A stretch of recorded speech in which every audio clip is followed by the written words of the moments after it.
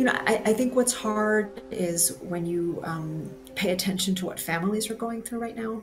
Certainly, families in Israel are terrified. Many of them are grieving terrible, terrible pain.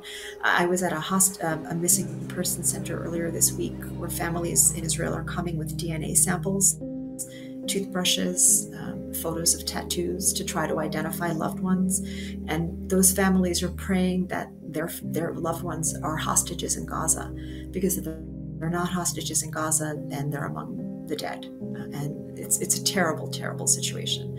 And families in Gaza right now are huddled in their homes in the dark. They don't have anywhere to go. There's nowhere to hide. And they're waiting for death, praying it doesn't come. And there's nothing they can do to protect their children. Nobody should go through that.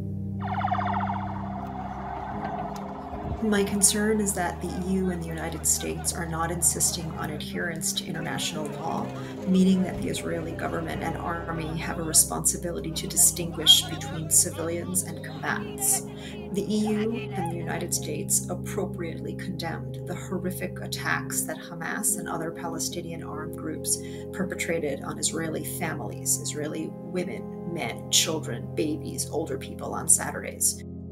It is up to the EU and the United States to be consistent and to insist that any reaction to the horrific attacks carried out against southern Israel on Saturday follow the laws of war and protect civilians, especially children. More than 300 children have been killed in Gaza in the last few days, and the number is rising every day. I'm worried by the European response thus far. One of the first things the EU said is that it's considering cutting development aid to Palestinian civilians in response to horrific attacks by Palestinian combatants on Saturday.